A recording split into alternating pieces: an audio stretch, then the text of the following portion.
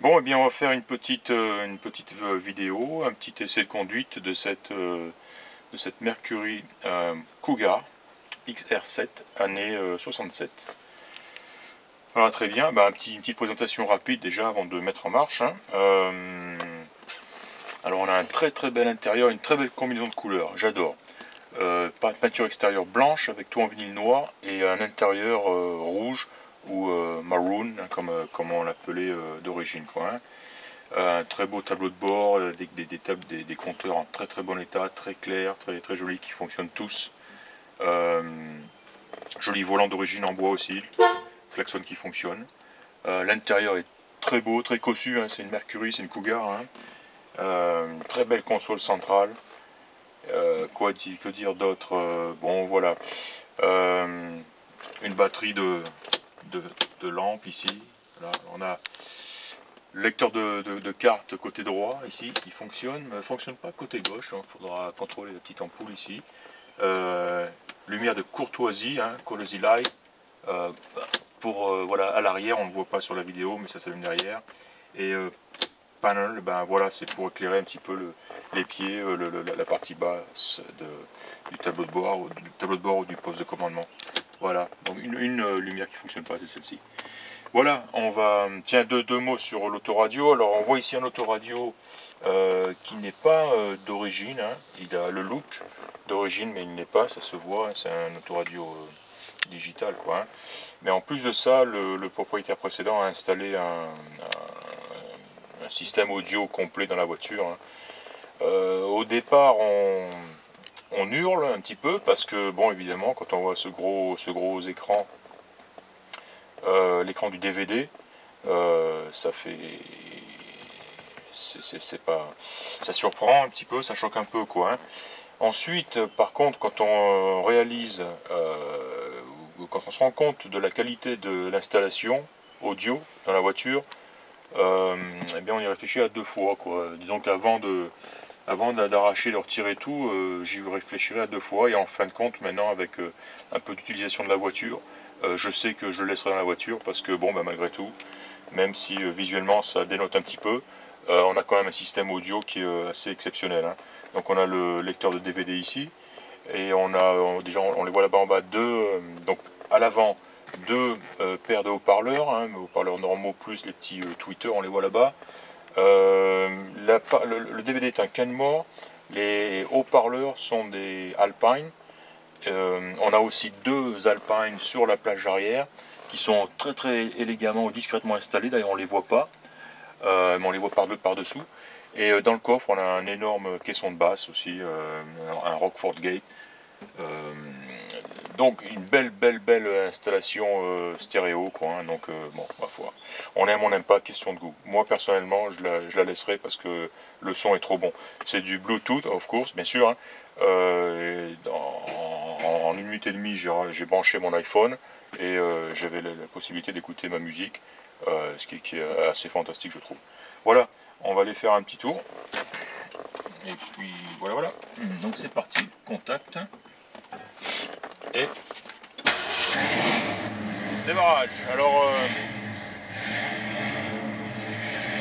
elle a un bruit, elle a un gros bruit, hein. Démarre impeccable, le moteur tourne bien, se lance très facilement, très bien. Il y a eu une grosse facture, enfin de gros travaux faits sur le moteur il y a environ 2 ans. Voilà. Bah tiens, avant de partir, ça évitera d'acheter les mains. Hein, une idée par exemple du système audio. Ben voilà, hein.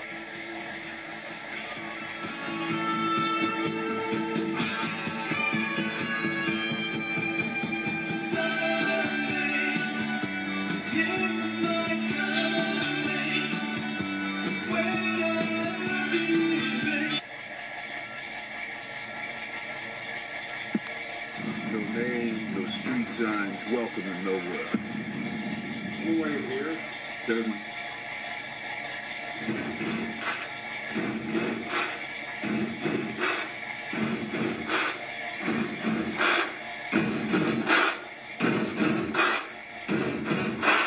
Buddy, you're a boy. Everybody make a big noise, playing in the street, gonna be a big man someday. You got mud on your face, you big disgrace, kicking your can all over the place, singing, we will rock you. We will rock you. Buddy, you're a young man, hard man, shouting in the street, gonna take on the world someday. You got blood on your face, a big disgrace, waving your banner all over the place. We will rock you. Sing it now. We will rock you. Buddy, you're an old man, poor man, bleeding with your eyes, gonna make you zombie someday. You got mud on your face, big disgrace, somebody better put your bag into your place. We will rock you. Sing it. We will rock you. Everybody, we will rock you. We will rock you. Bon voilà, on va laisser la place un petit peu au bruit du moteur. Alors voilà, elle est vraiment elle est exceptionnelle, elle est fantastique à conduire.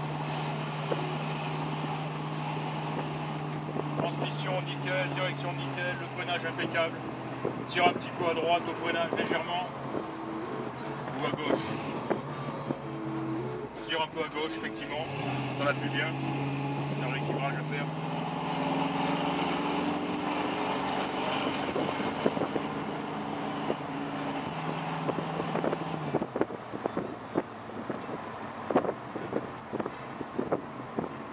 Voilà, on va s'arrêter un petit peu, on va la regarder de l'extérieur, faire quelques commentaires, l'écouter un peu tourner. Voilà, mais bon, cette Cougar est vraiment fabuleuse, hein, c'est un régal, en plus elle est magnifique, mais vraiment magnifique, j'adore la couleur. Peinture est de très bonne qualité, 2-3 petits défauts de peinture à droite à gauche, et une peinture qui a quelques années, hein, mais qui a encore un aspect magnifique. Voilà, tiens, on va se mettre ici, plein soleil.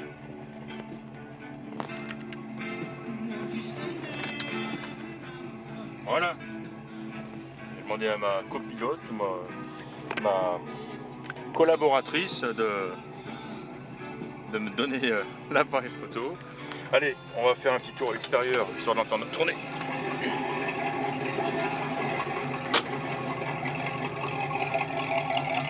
Alors la voilà, cette Cougar 67, hein. Magnifique. Elle a des jantes neuves, des pneus en 235, du 15 pouces, tout neuf.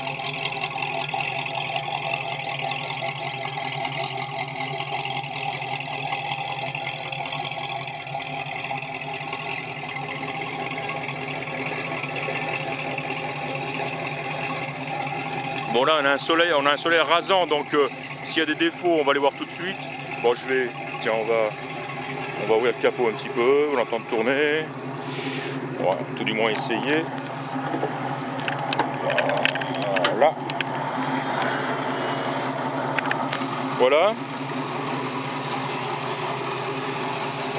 289, c'est un code A, hein, donc c'est d'origine, un 289 4 corps, carburateur 4 corps.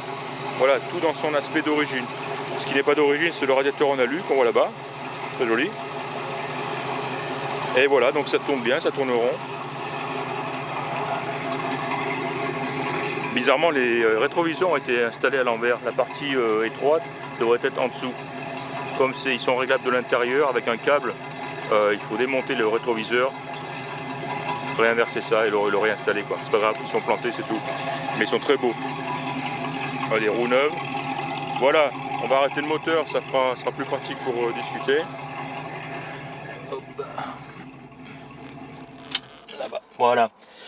Tiens, une chose aussi, un petit détail par exemple, qui n'a l'air de rien, mais sur la plupart des voitures de collection comme ça, quand on a un deuxième jeu de clés, on est content. Bon, mais sur celle-là, on a 1, 2, 3, 4, 5. 1, 2, 3, 4, 5. On a 5 jeux de clés. 5, hein, pas moins. C'est des petits détails comme ça hein, qui montrent on a affaire parfois à des voitures un peu exceptionnelles. Alors on va ouvrir le coffre ici. Alors dans le coffre, j'ai tout rassemblé dans ce carton-là, tout un tas de documentation, de factures, un Chilton, donc dans une revue technique, etc. quoi. Des documents très importants. Le suivi sur des feuilles blanches, quoi, qui a été fait par le propriétaire d'origine. Chaque intervention sur la voiture, il l'a noté depuis l'achat de la voiture en 1967. Assez fantastique, je crois que j'ai dû jamais voir ça aussi bien fait, aussi bien suivi, quoi, hein. Je me demande si cette roue-là n'est pas carrément d'origine. On le voit au type de pneu, avec le flanc blanc, comme l'était la voiture, comme la voiture était équipée à l'origine. C'est marqué sur le rapport Marty. Voilà, donc on a ici une roue d'origine. On a le cric, fantastique, d'origine. Des cartes de Portland et de l'Oregon aussi, très utile. Le fameux caisson de basse, hein, le Rockford Fosgate. Voilà, belle bête. Bon, on ne commentera pas là-dessus. Il marche bien en tout cas. Voilà. Fermé. Ça c'est l'antenne de réception de la radio satellite. Voilà. Alors, qu'est-ce qu'on peut... On va essayer de voir les petits défauts sur la voiture. Ça s'enlève, c'est des saletés. Donc tout ça ici, c'est nickel. C'est sale, voilà, mais ça s'enlève. Pas de bulles, pas de rouille, rien du tout. Jolie baguette chromée le long des ailes ici. Ça c'est très joli aussi. Là c'est pareil, c'est nickel. Tout ça. Il faut que je trouve quelque chose. Ah, voilà, un défaut ici, une petite couleur de peinture ici. Le reste c'est de la saleté aussi, hein. Hop, quelques petits éclats tout petits ici le long du bas de porte, là, du bas de caisse. Voilà. Après l'avant, c'est nickel. Là, ici on a défaut de peinture, voilà.